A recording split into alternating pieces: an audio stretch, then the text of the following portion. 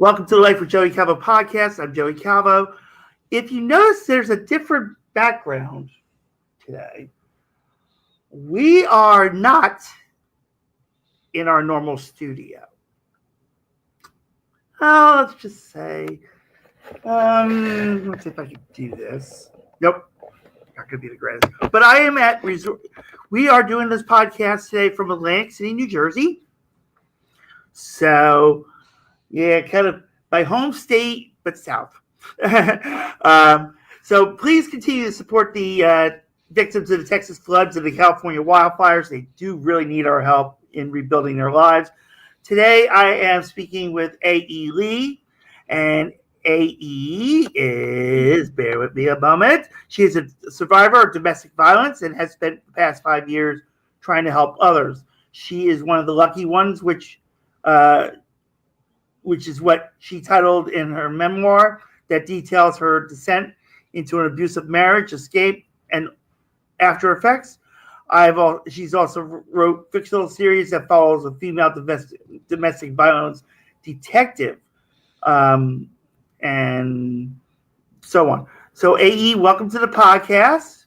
Hi, how are you? Okay, so explain. By the way, you can call me Amanda. It's okay. Weird to call me, it's like J.K. Rowling. What do you call her? But yeah. Okay. So Amanda, just explain, who is Amanda? How did Amanda get to before the domestic violence? What led you to it? Is what I'm saying. Not the domestic violence, but I'm saying what led you to being an author. Yeah, I mean, if someone would have told me 10 years ago that I'd be an author, I would have laughed at them. I hate writing. I feel like I still have PTSD from those college reports and research papers and master's programs. But, what happened, as you said in my intro, I was in a domestic violence situation with my ex-husband. And through processing what had happened for myself, I realized I had all this excess energy that I didn't know what to do with. All of a sudden, I'm not walking on eggshells anymore. And that fight or flight mode, I don't have that. And what do I do with all the stored up energy? I needed a creative outlet. And my friends had been telling me that I really should write a book with everything that happened to me. And I was just like, yeah, sure. When would I ever have time to do that? I work full time. At the time I had 2 very small children, trying to navigate how to be a single mom. But as many parents, not just single moms, realize you don't sleep a lot. And one night when I couldn't sleep and was laying in bed, I was thinking about what I would name those chapters, what I would write about. And then I woke up one Saturday morning and it just kind of flowed out of me. And I unlocked this really cathartic gift that I have that I now love writing.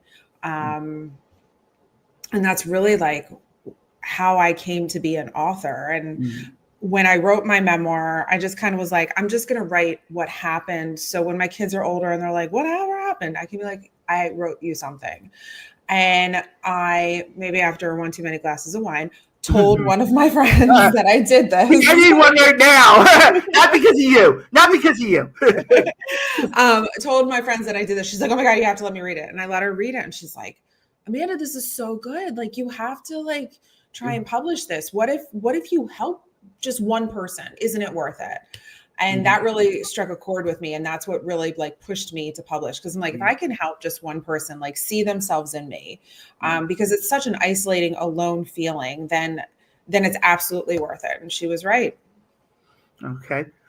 So you wouldn't have pictured yourself as an author, but this marriage that you had,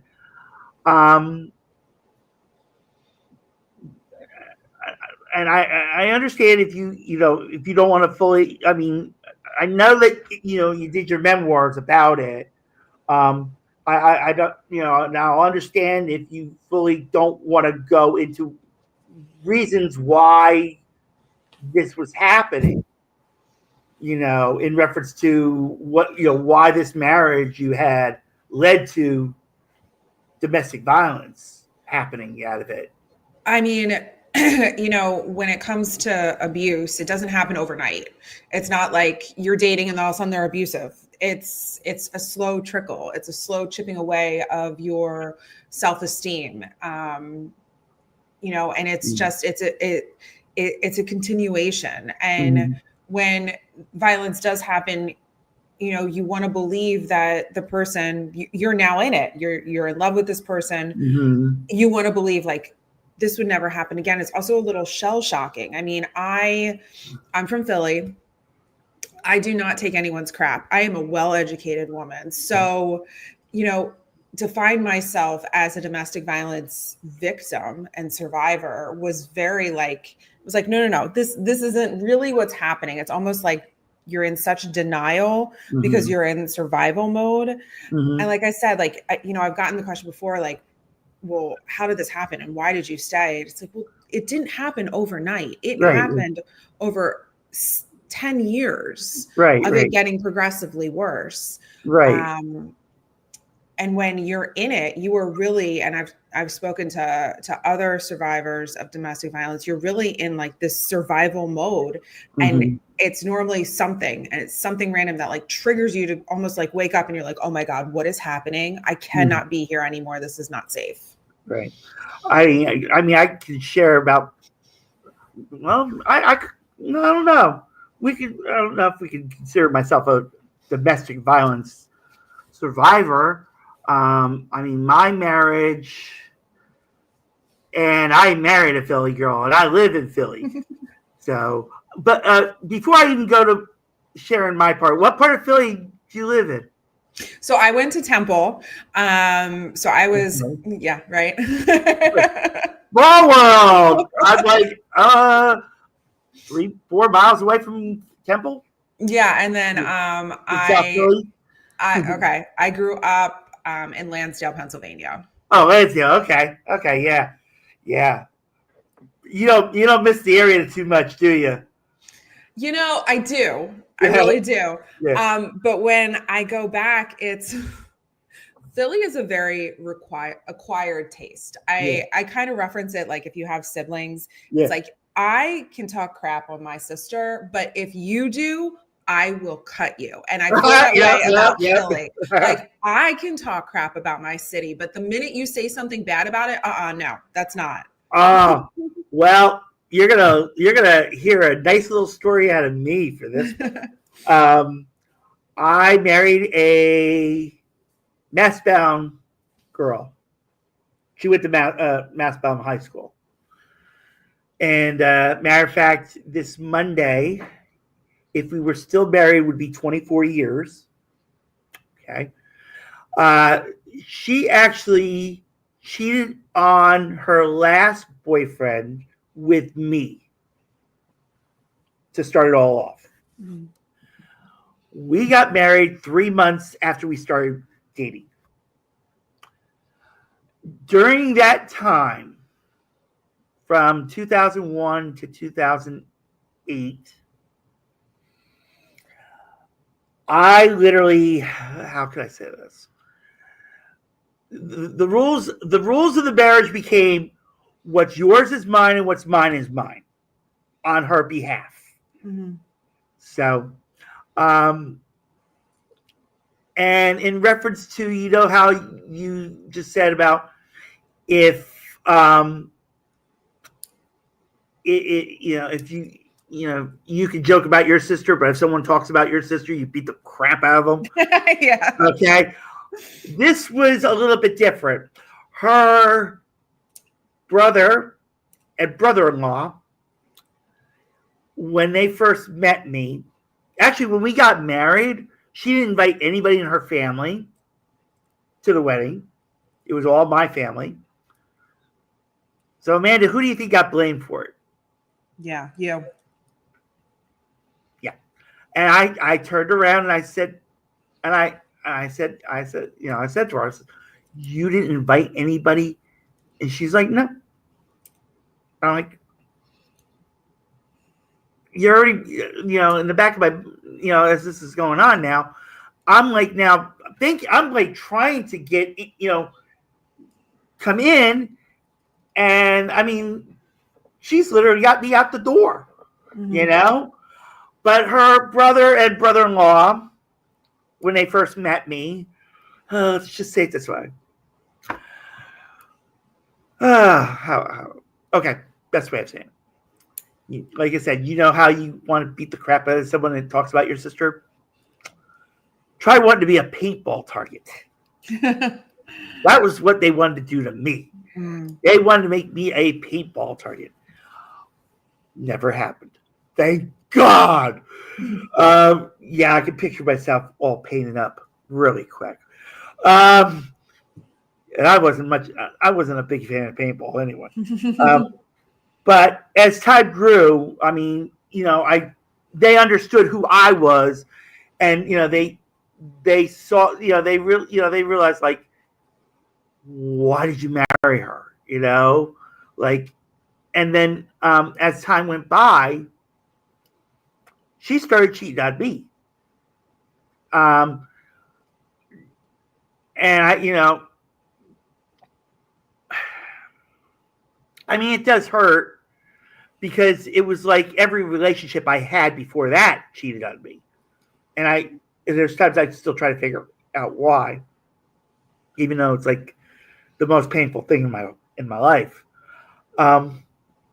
But you know, I wasn't thinking that she was doing this in the beginning, you know, and I was just doing everything possible. I was working, I was taking care of her the best way I could. You know, I was doing everything to be loved. To find out,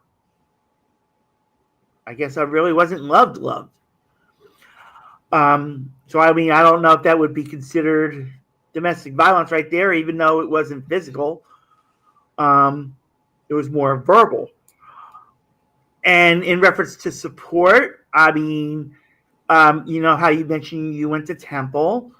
I actually have a business meeting tomorrow with Temple, ironically. In reference to a casino bus service I'm working on, because I've been unemployed since February. I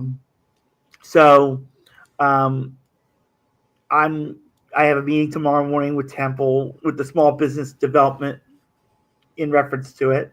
So, like I said, it was ironic. And when I asked you, you know, where, you know, what part of Philly, because I live in Philly, like I said, I live in the Grace Ferry section of South Philly.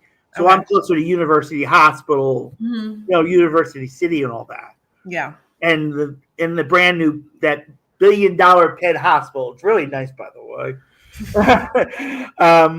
Because, I mean, the only reason why I say it's really nice is if you touch the windows, the glass on the doors in the emergency room, they actually like fade themselves out. Oh. They actually become shaded. You don't have to have a curtain over it. Okay. It automatically just clouds it up so nobody can see it. Yeah, I haven't been to the University of Penn, like that area, in quite a few years. It's building up like crazy. Yeah, my niece is actually going to Drexel in the fall, so I'm sure I'll make my way over there. Yeah, Barnes and Noble just left Drexel.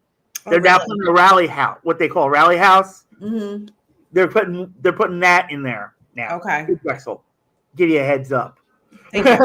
So, I'll let her know. Yeah, but like I said, you know, in reference to it, you know, I was doing everything possible. I was trying to be happy with the marriage. I thought I was happy, and it was her friend and her cousin that were turning around and saying, "Joey, she's cheating on you," and it got to the point where she actually had her former friend, drive all the way out to Brooklyn, New York for this guy.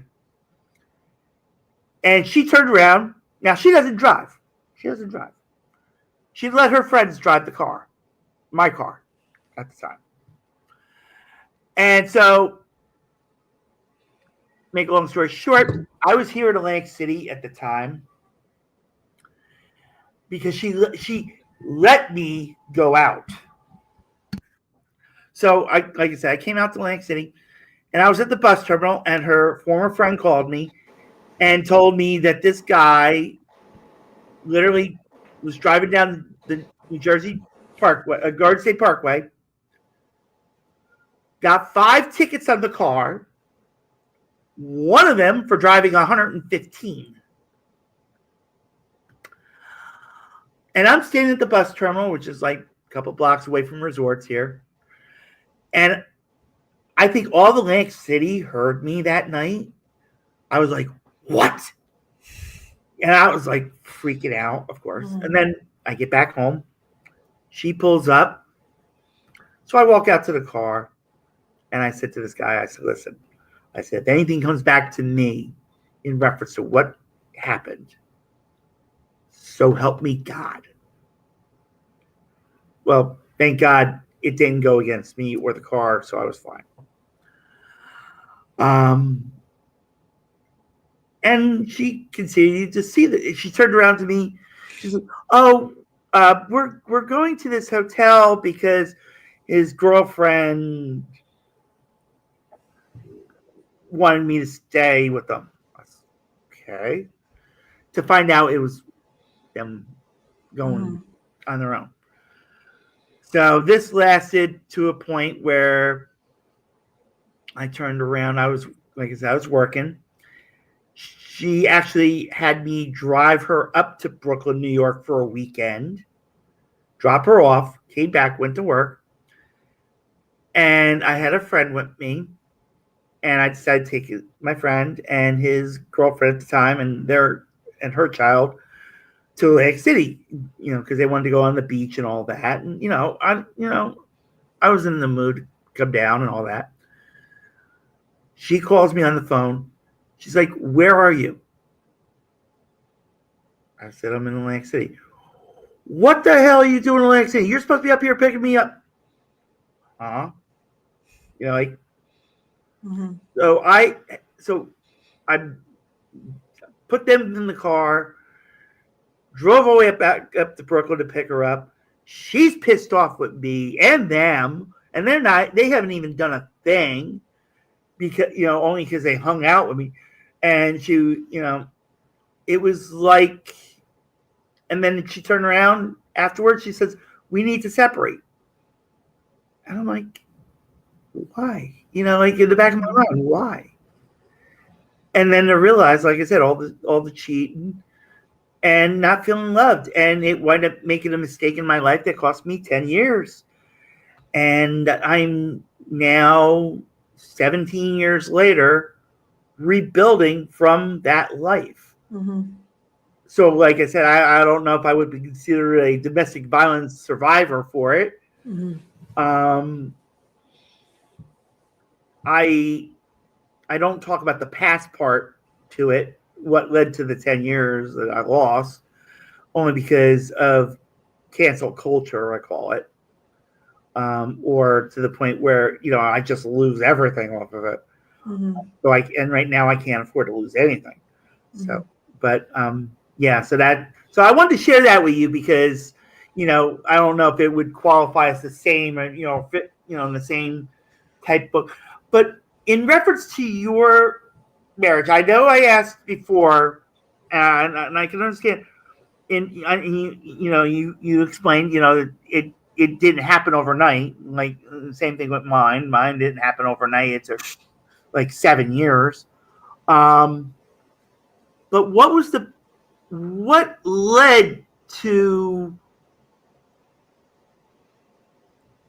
this happening? What could you share, like in your memoir, from your memoir, about the action that happened in the marriage? I mean, there wasn't one moment. I mean, it was a slow progression of chipping away at my self-esteem, which is how abuse happens. I mean, It was, little things like saying he had told me something and I didn't remember, and continuing to him being like, "There's something wrong with you because you don't remember." It's consistently telling me like I'm an awful driver. I mean, I'm not the best driver, but I'm to the point where like I'm scared to get behind the wheel. So it's not one specific like huge event that like all of a sudden now I'm in an abusive relationship. It is a slow like chip away of your self-esteem. And it really comes from the abuser having low self-esteem themselves, because the whole point of abuse really is, I mean, besides the fact, you know, they're mentally ill to do that to someone they love, but is they want to destroy your self-esteem because they're worried you're going to leave them. Yeah. So what better way than to continuously just chip till they're convinced they can't operate without you. Okay. So your domestic violence, quote unquote, was more of a mental, not physical. No, it was physical at times too.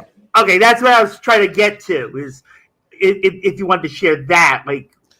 I mean, there were several times that it was physical, and it, you know, would start off as a small argument, as anyone would have, and it would just escalate. And the times that it did get physical were the times that I was kind of like fighting back.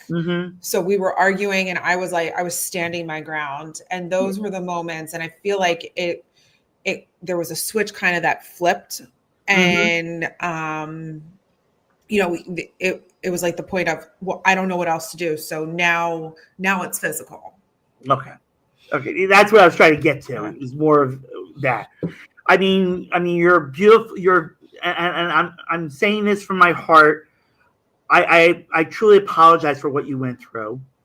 Thank you. I mean, you're a truly beautiful woman. I mean, if I definitely know. And again, I'm just saying this because I'm one of these people that like to, you know, say what they want to say, you know, try to be as transparent as possible. I would definitely have, you know, done my best to treat you like a person and not, you know, have what you went through or what I went through, you know. I mean, I was more controlled, and you know, in reference to, you know, like you were saying, in reference to, you know, how the abuser, you know, she really didn't like herself either. She was like I'm 5'4", okay. She was 5'4", 345, okay, and I could turn around and I could tell her she's beautiful and everything, like I would tell you, okay, as an example. I'm saying scenario. So you know, please don't be offensive on it. But she'd say, no, I'm fat and I'm ugly. And I'm like, no. Yeah. I don't think you are. But she would say it. And she would literally put herself down. Well, when we separated, guess what? It got on me. Because it like you were saying, it was tearing away the low self-esteem. So I got to the point where I was now saying I'm fat and I'm ugly. And I'm now, like I said, I'm 5'4", 236. You know? When I married her, Amanda, I was 120 pounds. I was her father, oh my God, my ex-father-in-law, God rest his soul, could cook. Oh my God, he could cook. He cooked so good, I gained so much weight. I mean, at one time I ballooned like 45 pounds. Wow. But, you know, but I mean, now, like I said, you know, in reference to it, you know, we both went through hell. Literally, we could both say we went through hell. The main thing that I think is getting to me now, in reference to this, you had children at the time. Okay, how did they handle this?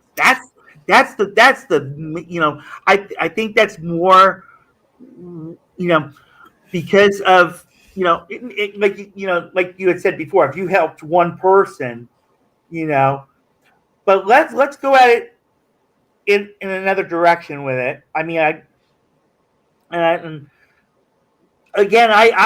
apologizing if I'm putting you in an uncomfortable mood in some of these questions.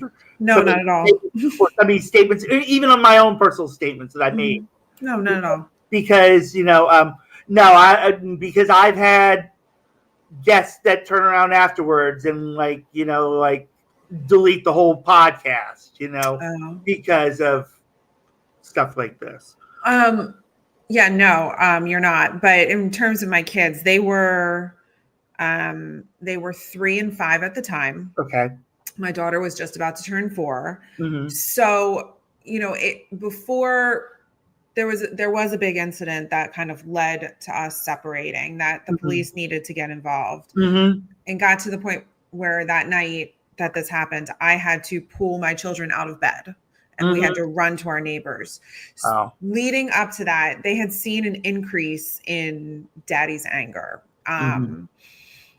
So it was a very scary moment to have your mom throw open your door at 8:59 at night and yell for you to get your stuffy and run. Yeah.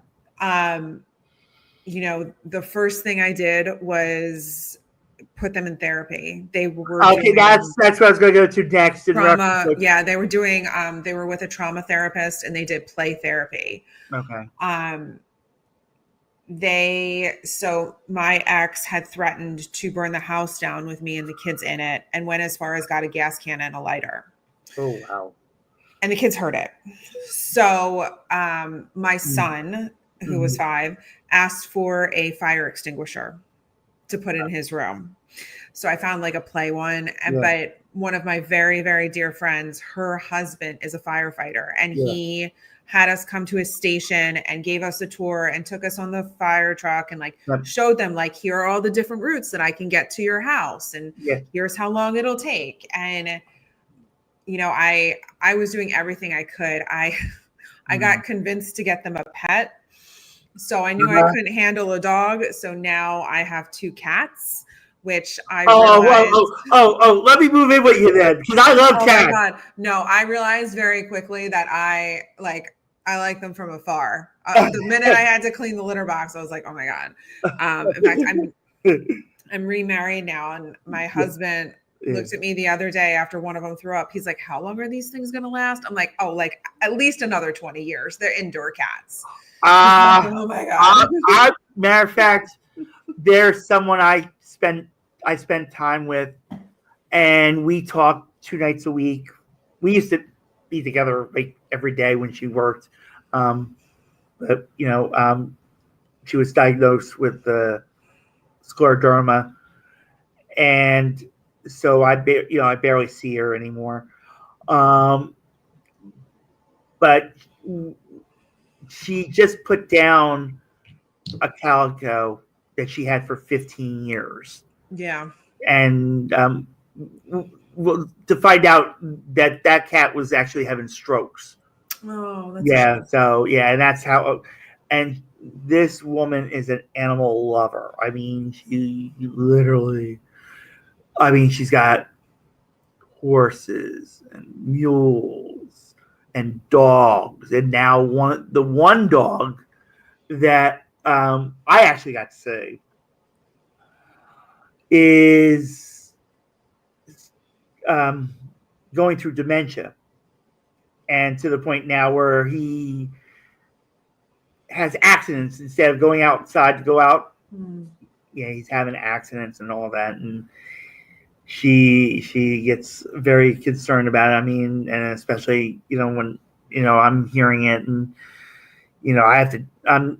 It's hard on me too, because I can't be there to be the support. And congratulations on being remarried. Well, thank you. And like I said, I apologize for all my statements, like I said before, but like I said, I was trying to do it as a scenario thing. Yeah. So you mentioned that you put the fireman friend helped you out in reference to helped your son out in reference to facing the fear of the house being in flames and stuff with you in it, and putting the them into a trauma therapy. how did you work yourself out in reference to it? So I ignored myself for a while because my focus was the kids. Right. And it wasn't until I had like a legitimate PTSD episode months later that I was like, okay, I think like I need help. I was out to dinner and I had a dirty martini, and whatever that triggered a memory, I don't know, but I came home and I was like, all of a sudden I had this intense ringing in my ears and I started to shake, and then I freaked out because I didn't know what was wrong with me. And then I calmed down, and I remember my children had a therapy session like soon after that. And I spoke to their therapist, and she's like, you had a PTSD episode. Like, you need to go talk to somebody. You need to be healthy for yourself. And, after I realized like, okay, maybe I'm not doing as well as I think I am, just not dealing with it. I did everything and anything anyone ever asked. Sorry about that. It's okay. Go ahead. Anything anyone suggested, I did. I did therapy. I got into meditation and yoga, and I did everything I could think of. Okay. So when after all this happened, you had that PTSD episode that got you to, were you diagnosed with anxiety and depression? I mean, what type I was diagnosed with PTSD. Okay. Because I was diagnosed with anxiety and depression in 2009. Okay. And so that's why, I asked that. So you were diagnosed with PTSD. And so explain about the books. Now, I took a lot out of you in reference to you. Let's talk about, your progress from it. Yeah. So I wrote my memoir. It's called One of the Lucky Ones. And it's about how I got into an abusive marriage and then eventually got out and got on the other side. And then I have a fiction book series that follows a female domestic violence detective as she kind of helps victims through different, I mean, they're not lifelike, but like different scenarios. Okay. Have you ever thought, and I asked this of all the authors, some authors wind up getting to the point where their PR actually got pissed off at me because I brought this up because they think it was a skit or something. But have you ever thought of maybe doing a superheroine type book? What do you mean? Like superheroine type? Like maybe having a PTSD type superheroine? I mean, the female detective that I write about, she has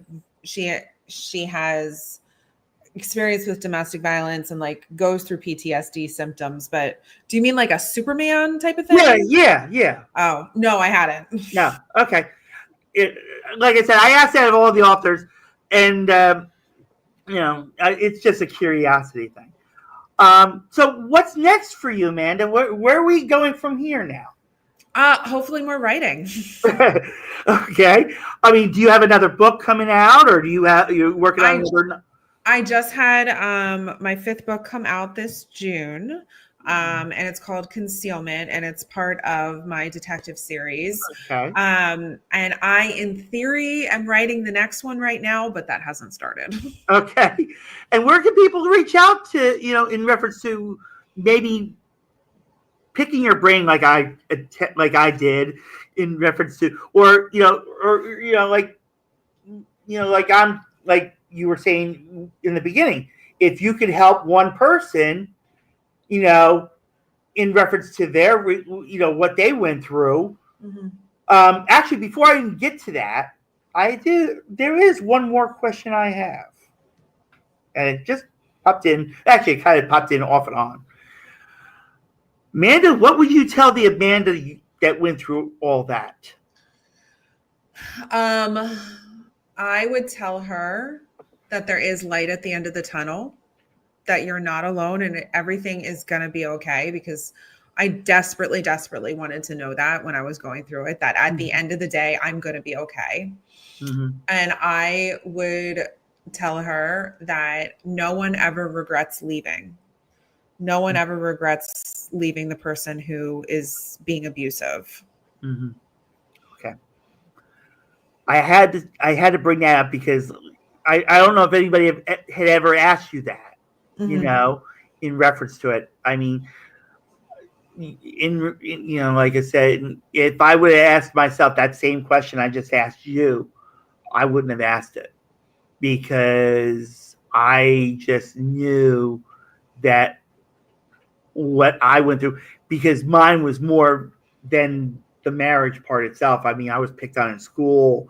So everything, all came together at one point in reference to it.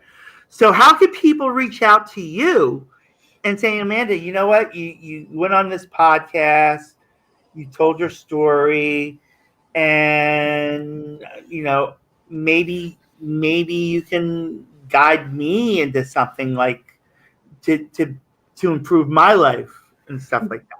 Yeah, absolutely. So my website is authораelee.com. And on there, there's a place to contact me. And that goes to an email that I get directly. So that's the best way. Okay. All right. So just give me a minute. There we go. Right there. Yep. .com. And Amanda, thank you so much for sharing your story.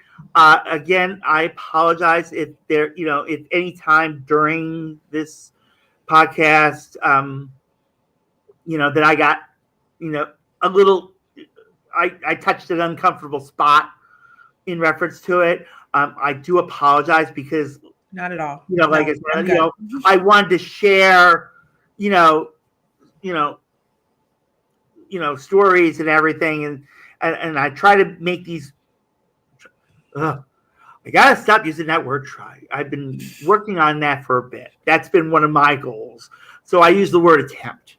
So so now it's like I attempt to, make these podcasts more. I'm not saying this wasn't interesting, and the Jetsons will shut up in a minute. That's myself. Of course, my cell phone would go off. I had the do not disturb on, and I turned it off by accident. Dumbass. But like I'm saying, sometimes when I share things or I say things, it touches the skin a little bit, and I'm always apologizing because that's who I am. I'm like, because of my past, and everything being put down and everything, all I could ever do is apologize for everything I did. Yeah. So, but I thank you so much for sharing your story. You're welcome to come back on at any time if you feel comfortable to. Yeah, I'd love to. And just let me know. One thing I will say in closing that I have done to get over I'm still in my hell. I'll always be in my hell because I can even ask this out of you. Do you feel like you could never forgive yourself for what had happened in that marriage? There was a time, yes, but it wasn't so much what it did to me. It was I had I had kids. Mm-hmm. So, I mean, even now, like just talking about it, knowing that that's part of their story, like kills me. Yeah. Yeah. So it wasn't even, the forgiveness wasn't even about me. I was so just so upset that my poor little kids, like this is part of their story. These are moments that they won't get back and they will forever remember. I mean, they're never going to forget their mom running into their rooms, right, yelling, "We've got to go," especially when they have kids of their own. Yeah. And, I just, therapy is wonderful, but it's also, I had to let it go because at the end of the day, first of all, their story is going to be their story, but also, you know, it was his actions that caused this. So it was because of him. It was his doing. Yeah. I was doing what I needed to do to survive. Great.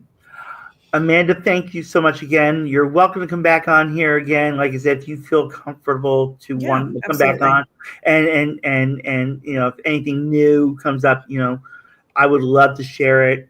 I appreciate you dealing with me in reference to my end and my story, and so because, like I said, you know, people will turn around afterwards and you're like, you know what, I was uncomfortable what you said, you know. And I'm good. Don't worry about me. Yeah, and because and what really happens, and this is what I've learned: as soon as someone tells me I've done something wrong, I'm like wanting to self-isolate, literally, because I'm like afraid of, you know, hurting anybody else. You know, so you know that's why this is like my protective gear, I call it. You know, my barrier, my protection barrier. So that's why, you know, I apologize to almost every guest in a way, somehow. You know, if it's not for like something like this, it's for another reason, or, you know, something like that. Because, like I said, I never aim to make a guest uncomfortable in any way, but it winds up happening. And then, you know, like I said, in reference to one guest, I literally had to delete a podcast, and that PR took every guest that they were booking away because they didn't realize what I do. You know, I don't go by, you know, I don't have a planned agenda. I don't have, you know, everything's not scripted. This is not scripted, folks. Everything is just off the tongue, conversation form, blah. So if people didn't like it, you know what to do, you know, or in reference to, I won't repeat what Stephen Colbert said the other night when he found out his show was canceled, but I would almost say the same terms he said to Trump after what Trump said about Colbert. Yeah. But again, you know, I thank you so much. Like I said, you're welcome to come back on. You know, it was a very interesting and I'll say heartwarming, because you know you survived. You're doing better for yourself. You're in a happier relationship now, where you know you have the main feelings of a regular relationship: the trust, the love, the support, and then on top of that, you have your kids as that extra support and conditioning to guide you into what you're doing now and getting better from it. If you really think of it, you know, because if it wasn't for them, you may not have been here, you know, if you think about it. I mean, if it wasn't for the person that I spent a little bit of time with that I mentioned earlier in reference to, the cat, I wouldn't have been here. And now, even as I'm going to say this, did you ever have suicide thoughts? No, I didn't. Okay, good. I actually had one in 2012. Just to let you know. But it wasn't because of. It was because of an apartment I had, so and it just boiled up to the point where I was looking at the good old Schuylkill River at the time from the South Street Bridge. Oh boy. Yeah, And I was looking, I was like, I'm done. I felt like I couldn't go on. But that person, like I said, I mentioned earlier, was in the back of my head. And the words, I would miss you if you were gone, just blam, hit me right in the head and said, this ain't happening. And then ever since then, I did have another thought when I was out here like a couple of months ago, but it was because of myself, of who I am. And I'm going through my own therapy right now, but my therapy, I went through regular therapists. And I'm apologizing, like I said, in reference to if it gets uncomfortable of me sharing this.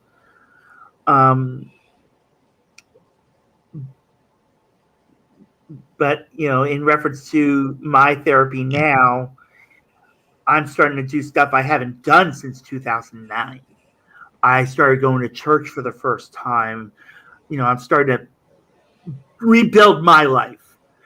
But when I went to regular therapy, like to the therapist and all that, all they kept saying is, what are you going to do? What are you going to do? What are you going to do? Going through psychologists. A psychiatrist actually told me this podcast was my therapy. And I was like, really? I was like, I couldn't do it. But he was right. He eventually wound up being right. And so, Amanda, I thank you so much for letting me get this out, for letting me get that out as well and sharing it with you. And again, I apologize one last time, for any uncomfortableness. No, because I do have a guilty heart to it too. And, I would be happy to have you back on the podcast again anytime. Yeah, absolutely. So, go out to authораelee.com. If you feel that you've been in a domestic abuse relationship, and you want somebody to talk to, here you go.